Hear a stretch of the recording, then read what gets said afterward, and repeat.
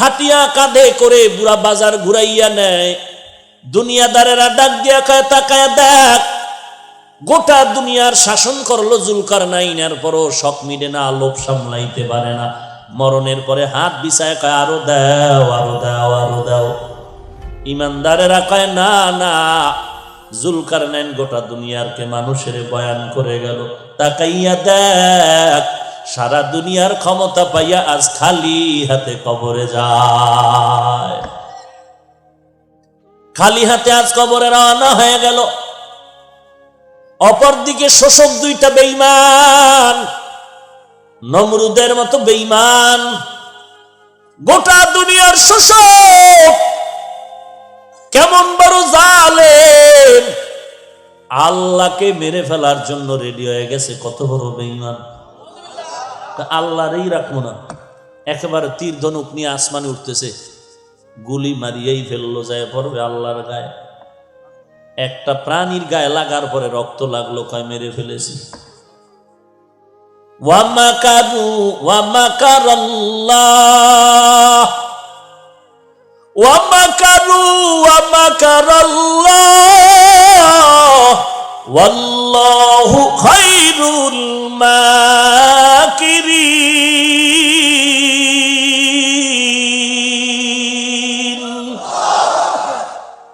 তুই কত নাম্বার বেঈমান?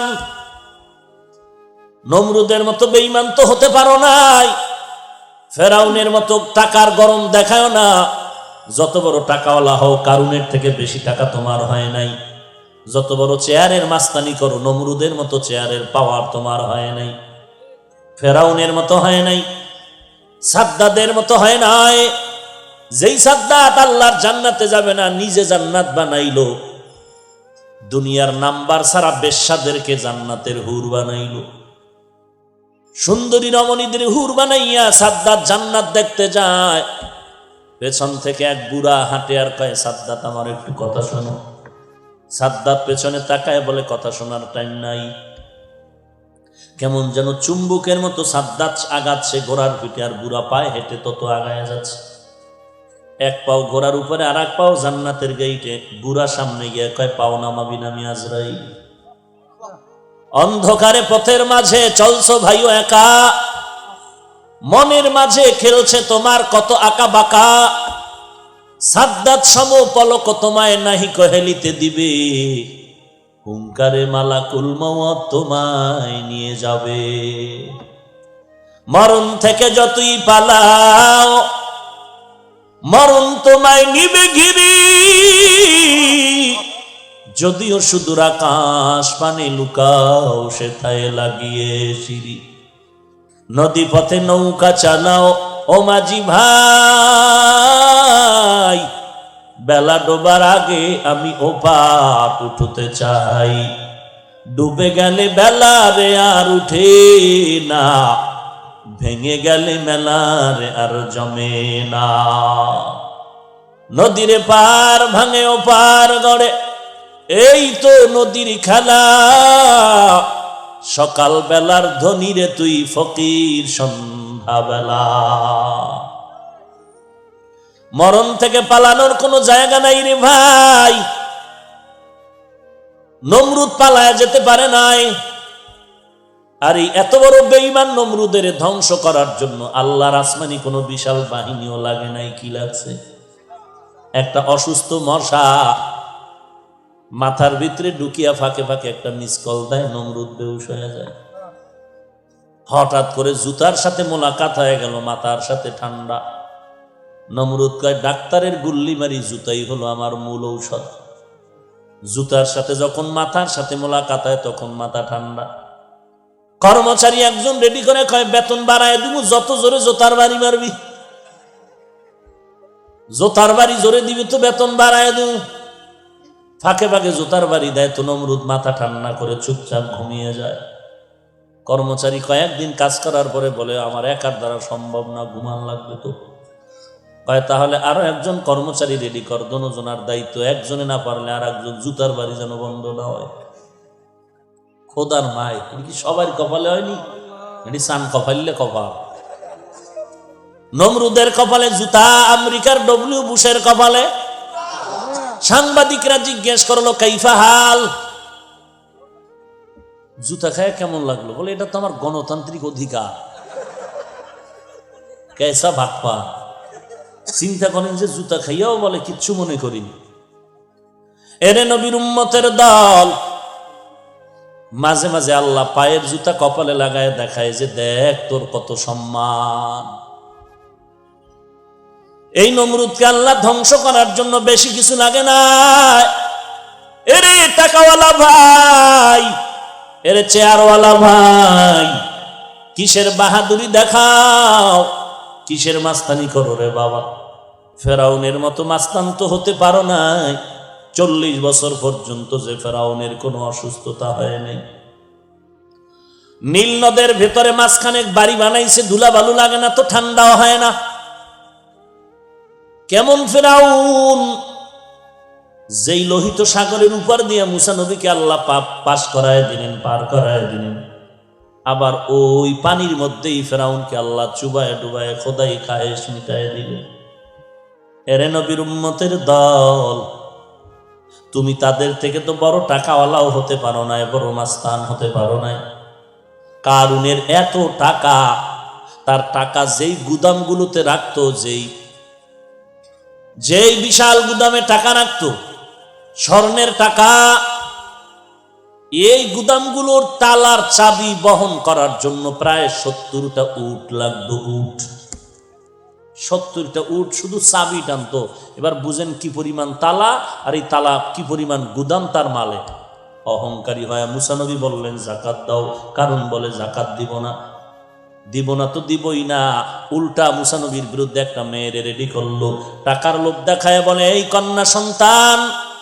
মুসা যখন মানুষের সামনে বয়ান করবে, তুমি দাঁড়াইয়া অপবাদ দিবা মুসা তোমার সাথে জিনা করেছে। চালাকি সব জায়গায় চলে না, বাটপারি সব জায়গায় চলে না, বেয়াদবি গাদ্দারি সব জায়গায় চলে না। খবরদার, বেয়াদবি করতে গিয়া মা বাবার সাথে মাস্তানি করিস না।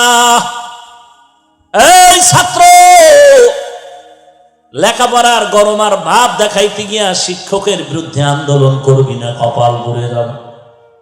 আজকে কত ছাত্র দেখা যায় শিক্ষকের বিরুদ্ধে আন্দোলন করে কপাল পুড়েছে। রাস্তায় ঘুরে পাগলের মতো মাথা নষ্ট হয়ে গেল, ল্যাংটা ঘুরতেছে। আবার মাঝে মাঝে ইংলিশে কথা কয়, আরবিতে কথা কয়। পাগল তো ইংলিশ পারে না, ইংলিশ জানলো কেমনে? বলে পাগলে ইংরেজি কয় না, বরং ইংরেজি বলনেওয়ালা বেয়াদবি করে পাগল হয়েছে। লিকুল্লি শাইইন জিনাতুন ফিল ওয়ারা ওয়া জিনাতুল মারই তামামিল আদাবি আজ খোদা কা হিমে তৌফিক আদব বে আদব মাহরুমে গাশত আজ ফজলে রা। চালাকি সব জায়গায় চলেনি। নামাজ পড়তে দাঁড়াইয়া 3 জন যুবক, একজন ইমাম হয়ে গেছে। সূরা কেরাত পারি আর না পারি, ইমাম হয়ে গেছে। ইমামতিতে যাইয়া তাও আবার তরে না, একটা নৌকার ভিতরে 2 জন পিছে, সামনে একজন। প্রথম রাকাতেই কুল আউযু বিরাব্বিন নাস, পরের রাকাতে কি করবো এই চিন্তা তো নাই। এর মধ্যে তুফান, বাতাস, নৌকা হেলে দুলে, একবার ডানে একবার বামে, সূরা কেরাত আউলে গেছে। কুল আউযু বিরাব্বিন নাসে ওরাও নাচে। তো একটা পিছনে 2টা যে আছে বান্দর, একটা আর একটার ধাক্কা দিয়ে খায়, শক্ত হয়ে খারাপ, তুফান ছুটছে। কিন্তু আর একটাই বলে চুপ কর, নামাজের ভিতরে কথা বললে নামাজ হবে না। ও ইমাম পিছনে তাকায় খায়, ও কইলে কইলে তুই কইলি কেন? নামাজ আছে একজনের? বলেন ভাইরা আমার, চালাক ভালো, অতি চালাক ভালো না। চালাকি করো করো, কিন্তু খবরদার মা বাবার সাথে চালাকি করিস না। এই যুবক, চালাকি করতেছো কিন্তু আল্লাহওয়ালা আলেম ওলামাদের সাথে চালাকি করিস না। চালাকি করতেছো কোনো ওস্তাদের সাথে চালাকি করিস না। চালাকি করতেছো কিন্তু কোনো সাদা দাড়িওয়ালার সাথে চালাকি করবি না। এমন ভাবে কপাল পুড়ে যাবে, তোর মা বাবাও কান্না করে আর কপাল ভালো করতে পারবে না। তোর মা বাবাও পারবে না এই কপাল ভালো করতে, সাবধান। ভালো হইতে বহু সময় লাগে, কপাল পড়তে একটা সেকেন্ড লাগে না রে যুবক ভাই। এই জমিনের মধ্যে সাহায্য তার থেকে নাও যার তিনটা দুর্বলতা নাই। এক নম্বরে যার পিছুটান নাই, দুই নম্বরে যার অভাব নাই। এই জমিনে পিছুটান ছাড়া কেউ নাই, অভাব ছাড়াও কেউ নাই। বরং যে যত টাকাওয়ালা সে তত বড় অভাবী। তিন নাম্বার বলেছিলাম যার কোনো স্বার্থ নাই। জমিনে তালাশ করে দেখো স্বার্থ নাই এমন একজন আল্লাহর বান্দা পাওয়া যাবে না। হ্যাঁ, চিন্তা ভাবনা করে বের করছিলাম, আম্মা জানের স্বার্থ নাই, আব্বার স্বার্থ নাই। কিন্তু সোনার বাংলায় তাকায় দেখলাম স্বার্থের টানে মা তার সন্তানের জবাই দেয়, বাবায় তার সন্তানের জবাই দিয়েছে। স্বার্থের টানে আবার সন্তান তার মা বাবাকে জবাই দিয়েছে। স্ত্রী স্বামীকে জবাই করে, স্বামী স্ত্রীকে জবাই করে। স্বার্থের টানে মা কোলের বাচ্চাটারে ফ্রিজের মধ্যে আটকায় মেরে ফেলেছে। স্বার্থের টানে কি আর বলবো, ভাষা নাই, লজ্জা করে সমস্ত কথা মাইকে বলতে। নিজের আপন মেয়ের সাথে বাবা যে অপকর্ম করেছে এই সোনার বাংলায় ভাষা নাই বুঝাবা। এরে নবীর উম্মতের দল, দুনিয়াতে স্বার্থ ছাড়া কেউ নাই। ওই কারুন মুসা নবীর বিরুদ্ধে মেয়েকে রেডি করে দিল। মুসা নবী যখন বয়ান করতে দাঁড়ায় গেলেন, মেয়েটা মুসা নবীর বিরুদ্ধে অপবাদ দেওয়ার জন্য দাঁড়িয়ে গেল। আল্লাহর কুদরত, সাথে সাথে মেয়েটার জবান বন্ধ হয়ে গেল। আবার মেয়েটা ভয়ে বসে গেল, জবান খুললো, আবার দাঁড়ায় গেল, জবান বন্ধ। এরকম কয়েকবার মেয়েটা আপ ডাউন করার পরে চিন্তা করলো আর মুসা নবীর বিরুদ্ধে অপবাদ দিব না। আল্লাহ তুমি আমার জবানটা খুলিয়া দাও, আমি সত্য কথাটা নবীর শানে বলতে চাই। মেয়েটা দাঁড়ায় গেল, সত্য কথা বলার জন্য আল্লাহ জবান খুলে দিলেন। মেয়ে ডাক দিয়া কয়, পয়গম্বর আপনার মতো পবিত্র কেউ নাই। কারণ আমার টাকার লোভ দেখায় রেডি করছিল আপনার বিরুদ্ধে অপবাদ দিব, আমার সাথে জিনা করেছেন। আমি সাক্ষী দিয়া বলতেছি, আল্লাহ সাক্ষী আপনার মতো পবিত্র আর কেউ হতে পারে না। মুসা নবীর রাগ উঠে গেল, মাথা গরম হয়ে গেল। ডাক দিয়া কয়, আল্লাহ মাটি তুমি আমার অনুগত করে দাও। আল্লাহ বলে দিলাম। মুসা নবী বলে, মাটি কারুন রে ধর। সাথে সাথে হাঁটু পর্যন্ত মাটি গ্রাস করে ফেললো। অন্যায় করো, অন্যায় করো, অন্যায় করো, সীমা লঙ্ঘন হলে বাপেও ফিরাতে পারবে না। পারবে? পারলো? ওই টাকার পাহাড় করে কি লাভ হলো, যেই টাকায় জেলখানার মেহমান বানায় দিল। অথচ কত গরিব ঠিক মতো খানা পায় না, শীতের মধ্যে একটা পোশাক কিনতে পারে না। আর কোটি কোটি সহস্র কোটি টাকার বালিশ বানাইয়া কে চিনো? কি লাভ হলো এই টাকায়, যেই টাকায় জেলখানার মেহমান বানাইলো? কি লাভ হইল ওই সন্তানের বাবা হইয়া, যেই সন্তানের কারণে মা বাবার বেইজ্জতি, জেলখানায় যেতে হয়? কি হলো ওই স্ত্রীর স্বামী হইয়া, যেই স্বামী স্ত্রীর কারণে আজ লাঞ্ছিত হতে হয়? কি লাভ হবে ওই ক্ষমতা, যেই ক্ষমতায় আজ জুতার বাড়ি খেতে হয়? ভাইরা আমার, অথচ আমার সমাজে কত গরিব 5,000 টাকা 10,000 টাকার কারণে মেয়েকে বিবাহ দিতে পারে না, ঘরের চুলায় আগুন জ্বলে না। এমনও ঈদের সময় যায়, বাবায় সন্তানরে একটা নতুন জামা দিতে পারে না। এরে নবীর উম্মতের দল, ওই কারুনকে আল্লাহর নবী মুসা যখন বলল মাটি ধর, হাঁটু পর্যন্ত গ্রাস হয়ে গেল। কারুন বলে, বাঁচাও বাঁচাও, আর অন্যায় করব না। মুসা নবী কয়, মাটি ধর। কারুনের মাজা পর্যন্ত মাটি গ্রাস করে ফেলল। কারুন বলে, বাঁচাও বাঁচাও। মুসা নবী বলে, মাটি ধর, ধরার মতো ধর। সিনা পর্যন্ত মাটি গ্রাস করে ফেলল। উম্মতের বলে, পাথর মেরে ওরে ধ্বংস করে দাও। আল্লাহ শেষ হওয়ার পর ডাকিয়ে বলে, রে মুসা, কারণ যতবার তোমাকে বলছে বাঁচাও বাঁচাও বাঁচাও, তুমি বাঁচাইতে পারো না, তোমার মনটা খারাপ, মেজাজ গরম হয়ে গেল। আমি আল্লাহ রহমান, কারুনের দিকে আমি কুদরতের নজর দিয়া তাকাইছি না। তোমারে বারবার বলছে বাঁচাও, আর আমি আল্লাহকে যদি একবার বলতো আল্লাহ তুমি আমারে বাঁচায় দাও, আমি আল্লাহ অবশ্যই কারুনের হেফাজত করতাম। ইয়া আইয়ুহাল্লাযীনা আমানুস্তাঈনু বিস-সাবরি ওয়াস-সালাহ। আল্লাহ বলেন সাহায্য প্রার্থনা করো, তার থেকে সাহায্য চাও যার স্বার্থ নাই, যার পিছুটান নাই, যার অভাব নাই। এই তিনটা অপরাধ, তিনটা দুর্বলতা নাই যার, তিনি আছেন একজন, তিনি হলেন আমার আল্লাহ। যার কোনো পিছুটান নাই, যার স্বার্থ নাই, যার অভাব নাই। আল্লাহর পিছুটান নাই কেন? লাম ইয়ালিদ ওয়া লাম ইউলাদ, তিনি কাউকে জন্ম দেয় নাই, জন্ম নেন নাই, ছেলে মেয়ে নাই যে আব্বু আমারে দাও। আল্লাহ বলেন যা কিছু বানাইলাম এর মধ্যে আমার আপন আদরের হলো আমার মানুষ। আল্লাহ বলেন আমার কোনো অভাব নাই। দুনিয়ার সবার অভাব আছে, অভাব নাই কার? আল্লাহর অভাব আছে নাকি? ইয়া আইয়ুহান নাস আনতুমুল ফুকারাউ ইলাল্লাহ ওয়াল্লাহু হুয়াল গানিয়্যুল হামিদ।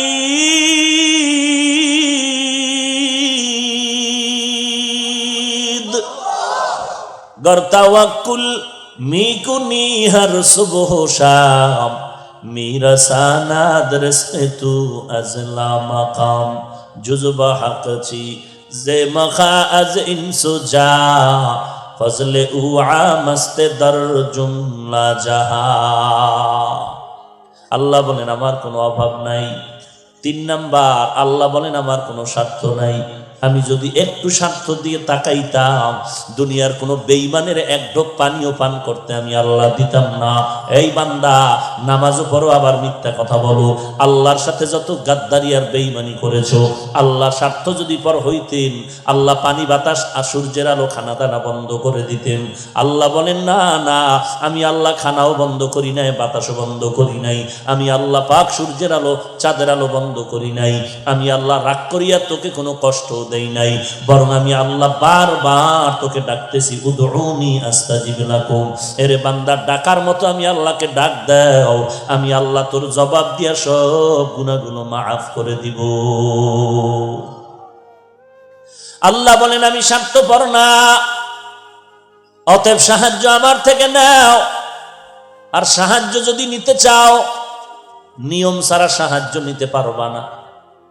চেয়ারম্যানের থেকে আপনার 10,000 টাকা লাগবে, রাস্তার মধ্যে পাইলেই যদি বলেন চেয়ারম্যানের কলারটা ধরে বলেন 10,000 টাকা দিয়ে যা, এটা আদব হইল? আপনার এলাকায় কোনো একজন পীর সাহেব আছে, কারণ কানের উপরে একটা থাপ্পড় দিয়ে যদি কোন কেউ পীর সাহেব জিকির টিকির ঠিক মতো করেন, তো এটা আদব হইল না বেয়াদবি? প্রত্যেকটা জিনিসের আদব আছে। চেয়ারম্যান থেকে আপনি 50,000 টাকা লাগবে, 10 মণ চাল লাগবে, ডাল লাগবে। চেয়ারম্যান বলে আমার কাছে অ্যাপ্লিকেশন দাও, দরখাস্ত দাও। আল্লাহ বলেন এরে গোলাম, তোমাদের যা কিছু প্রয়োজন আমি আল্লাহর কাছে চাও, 2টা জিনিসের মাধ্যমে চাইতে হবে। 1 নম্বরে ধৈর্য, 2 নম্বরে হলো নামাজ। আজ আমাদের মধ্যে ধৈর্য নাই, নামাজও নাই। ধৈর্য আছে? ধৈর্য নাই। ইমাম সাহেব কেরাত লম্বা লইলে টের পাওয়া যায় ধৈর্য। যারা 5 ওয়াক্ত পড়ে না, জুমায় যায় ধৈর্যশীল জুমার নামাজিরা, যায় সবার শেষে, বের হয় সবার আগে, টাটকা ধৈর্যশীল। এমন জোরে একটা দৌড় দিছে, ঘরে গিয়া দেখে আর একজন আর জোতা নিয়ে হাজির। এরে নবীর উম্মত, ধৈর্য আর নামাজ। ধৈর্য ধরনে কি লাভ? আল্লাহ বলেন আমি কিয়ামতের দিন স্পষ্ট তাকে বিনা হিসাবে জান্নাত দিব। বিনা হিসাবে আল্লাহ জান্নাত দিবেন। ইন্নামা ইউওয়াফাস সাবিরুনা আজরাহুম বিগাইরি হিসাব। বেগাইরে হিসাব ধৈর্য ধারণকারীকে আল্লাহ বলবে যা তুই জান্নাতে যা। ধৈর্যের বড় দাম, ধৈর্য ধারণকারীদের জন্য বড় সুসংবাদ। ইয়া আইয়ুহাল্লাযীনা আমানুসবিরু ওয়া সাবিরু ওয়া রাবিতু ওয়াত্তাকুল্লাহ। এরে মুমিন, ধৈর্য ধারণ করো, এর উপরে মজবুত হয়ে থাকো। ধৈর্য বড় দামি একটা সম্পদ। আল্লাহ বলেন, আমি মুসিবত দিয়া দিয়া ধৈর্যের পরীক্ষা নিব। ওয়ালা নাবলুওয়ান্নাকুম বিশাইইম মিনাল খাউফি ওয়াল জুই ওয়া নাকসিম মিনাল আমওয়াল ওয়াল আনফুসি ওয়াস সামারাত ওয়া বাশশিরিস সাবিরিন। এই ধৈর্য, এই দেখছেন নি, এই ধৈর্যের বয়ান শুরু করছি, উড়াও শুরু করছি। নগদ ধৈর্যের পরিচয়। ভাইরা আমার, আল্লাহ পাক বলেন ধৈর্য ধারণ করো, ধৈর্যের বড় ফলাফল ভালো। ধৈর্যের পাহাড়, ধৈর্যের দৃষ্টান্ত কায়েম করে গেলেন রাহমাতুল লিল আলামিন, যার মা নাই বাবা নাই, এরপরও পয়গম্বর দ্বীনের দাওয়াত বন্ধ করে না। ধৈর্যের পাহাড় দৃষ্টান্ত কায়েম করলেন ইসমাঈল আলাইহিস সালাম আর বাবা ইব্রাহিম। ধৈর্যের পাহাড় নির্মাণ করলেন আইয়ুব আলাইহিস সালাম। টাকার অভাব নাই, সন্তানের অভাব নাই, এরপরও তার উপরে কত মুসিবত আল্লাহ দিলেন। আল্লাহ বলেন, আমি 5টা জিনিসের মাধ্যমে পরীক্ষা করব। ধৈর্য ধারণ যারা করবে তাদের জন্যই হলো নাজাত আর কামিয়াবির সুসংবাদ। এর নবীর উম্মতের দল আইয়ুব আলাইহিস সালামের উপরে আল্লাহ পাক এমন ভাবে পরীক্ষা দিলেন যে সম্পদ একটা আগুন এসে জ্বালায়া দিল। ইবলিস গিয়া কয়, আইয়ুব, আল্লাহর ইবাদত করে লাভ নাই, তোমার সন্তান সম্পদ ধ্বংস হয়ে গেল। আইয়ুব নবী বলেন আলহামদুলিল্লাহ। ইবলিস কয় নাউজুবিল্লাহ, না বলে আলহামদুলিল্লাহ কেন? আইয়ুব নবী বলে, এতদিন সম্পদের টেনশনে ইবাদত করতে টেনশন হতো, এখন আমার সম্পদও নাই, ইবাদতে টেনশনও নাই। এজন্যই তো নবী বলেন, গরিবেরা ধনী লোকের 500 বছর আগে জান্নাতে যাবে। কারণ ধনী লোকের সম্পদ আছে, হিসাব আছে, গরিবের সম্পদ নাই, হিসাব নাই। আইয়ুব আলাইহিস সালাম তার পুরা ফ্যামিলির মধ্যে এমন ভাবে তৈরি করে ফেললেন যে একটা সেকেন্ড আল্লাহর জিকির ছাড়া তার ঘর যেন খালি না থাকে। আমি এখন কোরআন কিতাব পড়ি, আল্লাহর জিকির করি, এরপরে তুমি, এরপরে তুমি, অর্থাৎ আমার ঘরের মধ্যে যেন 24টা ঘন্টার সেকেন্ডে সেকেন্ডে আল্লাহর জিকিরের আওয়াজ হয়। শয়তান এগুলো সহ্য করতে পারে না। ও আল্লাহ, তোমার আইয়ুব সম্পদের মায়া ইবাদত করে। আল্লাহ বলে, না, আইয়ুব একমাত্র ইখলাস নিয়ে আমার ইবাদত করে, দেখ আমি আইয়ুবের পরীক্ষা করি। সর্বশেষ আইয়ুব নবী বিছানায় পড়ে গেলেন, চলার মতো রাস্তাও নাই, উঠতে পারে না, পার্শ্ব পরিবর্তন করতে পারে না। এক পর্যায়ে শরীরের মধ্যে পোকা শুরু হয়ে গেল। এমন ভাবে আল্লাহ পরীক্ষায় ফালাইলেন, পোকার শরীরে কিরায় ধরে, গন্ধ শুরু হয়ে গেল, এলাকার মানুষ এলাকা ছেড়ে চলে যায়। আইয়ুব নবী একবার তাকায় দেখে তার জিহ্বার মধ্যে পোকা। চোখের পানি ছেড়ে কান্না করেন, হে মালিক, এতদিন পুরা শরীরের মধ্যে পোকা, জিহ্বা ভালো ছিল, তোমার নাম ডাকতাম আর জিহ্বা দিয়া জিকির করতাম, ক্ষুধা নিবারণ হয়ে যাইত। এখন আমি জিহ্বা দিয়া কেমনে তোমারে ডাকবো? ও আল্লাহ, তুমি যা মনে করো পরীক্ষা আরো করো, তবে আমারে তৌফিক দাও, আমি ধৈর্য ধারণ করে যেন চলতে পারি। এমন কান্নার আওয়াজ, এলাকার মানুষ দুর্গন্ধে এলাকা ছেড়ে চলে গেল। হঠাৎ নবী তাকায় দেখে তার অনেক বিবি, কয়েকজন বিবি পাশে দাঁড়ায় বলে, তালাক দাও, আমরাও চলে যাব। আইয়ুব নবী বলে, যাও যাও, দুনিয়াতে মনে করছিলাম সন্তানের জন্য মা আপন, বাবা আপন, আমার সন্তানও নাই, বাবাও নাই, মাও নাই। একটা উপযুক্ত পুরুষের জন্য শেষ সীমানা ঠিকানা হলো তার স্ত্রী আপন। আজকে তোমরাও আমারে ছাড়িয়া যাও। আইয়ুব নবী আল্লাহর দরবারে কান্না করেন, ও দয়ার মালিক, আজকে তুমি তাকায়া দেখো, আমার বিবিরা পর্যন্ত আমারে ছাড়িয়া চলিয়া যায়, সবাই আমারে ছেড়ে দিয়া যায়, তুমি আমারে ছাড়িয়া দিও না রে আল্লাহ। ও আল্লাহ, সবাই আমারে ভুলে গেল, তুমি আমারে ভুলিও না রে মালিক। আল্লাহ বলেন যে আমারে ভুলে না, আমিও তাকে ভুলবো না। আইয়ুব নবী তাকায়া দেখে সবাই গেল, একটা মাত্র বিবি ইউসুফ নবীর কন্যা রহমা নামের, সাধারণ সবাই জানে যার নাম রহিমা। আইয়ুব নবীর একমাত্র বিবি রহমা, আইয়ুব নবীর পায়ের কিনারায় বসে বসে গুনগুন করে কান্না করে। আইয়ুব নবী ইশারায় বললেন, বিবি কেন তুমি যাও না? রহমা নামের বিবি চোখের পানি ছেড়ে কান্না করে বলেন, পয়গম্বর আমাকে আপনি তাড়াইয়া দিবেন না, আমার জীবনের শেষ পর্যন্ত আমি আপনার খেদমত করিয়া জীবন শেষ করতে চাই। কারণ হলো আমি রহিমার কোনো আমল নাই। কঠিন হাসরের দিন এমন এক মুহূর্ত হবে, সন্তান মা চিনবে না, মা সন্তানের পরিচয় দিবে না, আপন আপন বলতে কেউ থাকবে না। নবীদের অবস্থা বড় করুণ, কান্নার আওয়াজ। ওই কঠিন সময় সূর্য মাথার উপরে, জমিনটা হয়ে যাবে তামা। সূর্যের তাপে গুনাহগারের মাথার মগজগুলো টস টস করে ফেটে যাবে।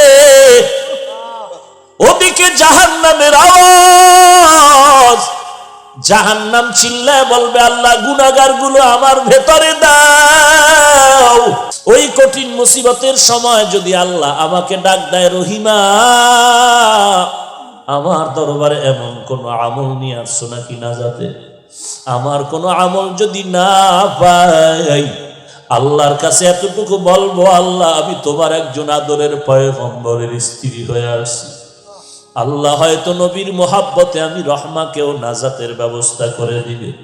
ও পয়গম্বর আমাকে আপনি তাড়ায়া দিবেন না। এরে পর্দার আড়ালের মা, ওই ইউসুফ নবীর কন্যা ও নারী, তুমি একজন নারী। খাজা মুঈনুদ্দিনের মা ও মা, তুমিও মা।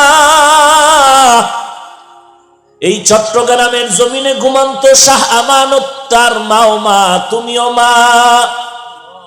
এমন একজন স্বামীর খেদমতগার হইয়া কবরে যাইতে পারলা কিনা চিন্তা করো। এমন একটা সন্তানের মা হইয়া কবরে যেতে পারলা কিনা চিন্তা করো। কিয়ামতের দিন কিসের হিসাব দিবারে মা? আল্লাহর কাছে এমন কোন আমল করছো যে আমলটা দিয়া আল্লাহর কাছে নাজাতের ওসিলা পেশ করবা। এই পর্দার আড়ালের মা, আমি হাফিজুর রহমানের মা ও মা, তুমিও মা। মনটা কি চায় না একজন আলেমের মা হয়া কবরে যাও? মনটা কি চায় না একজন কোরআনওয়ালার মা বাবা হয়া কবরে যাও? সন্তান মা বাবার জানাজার ইমামতি করবে, কবরের কিনারায় গিয়া কোরআন তেলাওয়াত করে দোয়া করবে। এরে যুবক আল্লাহর গোলাম, তুমি স্কুলে পড়ো, কলেজে পড়ো, ভার্সিটিতে পড়ো, ডাক্তার, ডক্টর, ইঞ্জিনিয়ার হও, কিন্তু কোরআন শরীফ পড়তে তো বাধা নাই। তুমি স্কুলে পড়ো, কলেজে পড়ো, তবে কোরআন শরীফটা তুমি পার্ট টাইম একটা টাইম ঠিক করিয়ে কোরআনটা শুদ্ধ করো। এশার নামাজের পরে 1 ঘন্টা, না হয় ফজরের পরে 1 ঘন্টা ইমামরে সময় দিয়ে কোরআন শিখো। তুমি আল্লাহর কোরআন পড়ো, ইসলামের মাসআলা মাসাইল একটু অধ্যয়ন করো, আল্লাহ ওয়ালা উলামায়ে কেরামের সাথে সম্পর্ক রাখো। আমার সমাজের মধ্যে বহু ডাক্তার আছে, কোরআন পড়ে, ইসলামী জ্ঞানে বড় দামি আগানো। ঢাকার শহরে যাও, চট্টগ্রাম শহরে যাও, বহু ডাক্তার আছে, ইমামতির ময়দানে দাঁড় করায় দাও, পাক্কা ইমাম হয়ে আছে। কারণ ডাক্তারির পাশাপাশি বান্দা কোরআন শিখছে, ইসলামের লাইনে অনেক জ্ঞান অর্জন করেছে। মনে হয় যেন আজ ওই বান্দা আলেমের কাতারে গিয়া অনেক দামি হয়ে গেল। এরে যুবক আল্লাহর গোলাম, তোমার আমার মতো যুবক স্কুল কলেজে পড়ে 1 ওয়াক্ত নামাজ বাদ দেয় না, আছে না নাই? তুমি কেন পারবা না? বালিশে মাথা লাগা একটু চিন্তা করে ঘুমাইও। ঘুমের ঘরেও তো কত মানুষ মরিয়া যায়। তুমি যদি ঘুমের ঘরে মরে যাও, কি উপায় হবে? অন্ধকার কবরে। স্কুলে পড়ো, তোমার আমার মতো যুবক কৃষি কাজ করে, ড্রাইভারি করে, কোটি টাকার ব্যবসা করে, 1 টাকাও হারাম খায় না, নামাজ বাদ দেয় না। তুমি কেন পারবা না রে বাবা? তুমি নেতা মানো, দল মানো, তরিকা মানো, সব কিছুর ঊর্ধ্বে আমার আল্লাহ, সব কিছুর ঊর্ধ্বে আমার পয়গম্বর। এখানে সচেতন শিক্ষিত যুবক, আমাকে বলো, নবীজির তরিকার মধ্যে দাড়ি রাখার নিয়ম আছে না নাই? বলো বলো, আসতে বলো কেন? আছে মানে? যারা দাড়ি ছোট করো, যারা পুরাটা কাটো, দোনো দলের গুনাহ সমান। কেমন গুনাহ? 24টা ঘন্টার সেকেন্ডে সেকেন্ডে সেকেন্ডে কবিরা গুনাহ। ঘুমাইয়া থাকলেও গুনাহ লেখা বন্ধ নাই, নামাজে দাঁড়ায় আছো গুনাহ লেখা বন্ধ নাই, বাইতুল্লাহর ঘর ধরে লাব্বাইক বলতেছো গুনাহ লেখা বন্ধ নাই। তুমি বান্দা যতদিন পর্যন্ত দাড়ি রাখার নিয়ত না করবা ততদিন পর্যন্ত কবিরা গুনাহ বড় না ছোট, বড় গুনাহ লেখা বন্ধ নাই। তুমি রাতের বেলা ঘুমাও তারপরও গুনাহ লেখা বন্ধ নাই, অটো অটো লিখতে থাকবে ফেরেশতারা। এই রকম সুদের সাথে যারা জড়িত তাদের জন্য 24 ঘন্টা গুনাহ লেখা হয়। যারা টাকনু গিরার নিচে প্যান্ট পরে, প্যান্ট পায়জামা লঙ্গি পরে, 24 ঘন্টা এদের কবিরা গুনাহ, কবিরা গুনাহ, কবিরা গুনাহ। সেকেন্ডে সেকেন্ডে সেকেন্ডে সেকেন্ডে যতক্ষণ পর্যন্ত তওবা না করবে গুনাহ লেখা বন্ধ হবে না। সুদের সাথে জড়িত যারা, নামাজ হবে না, রোজা হবে না, জিকির হবে না, তেলাওয়াত হবে না, দান করলে কবুল হবে না, বরং সে নিজের আপন মায়ের সাথে অল টাইম জিনা করে, মায়ের সাথে, আপন মায়ের সাথে জিনার গুনাহ কামাই করতেছে।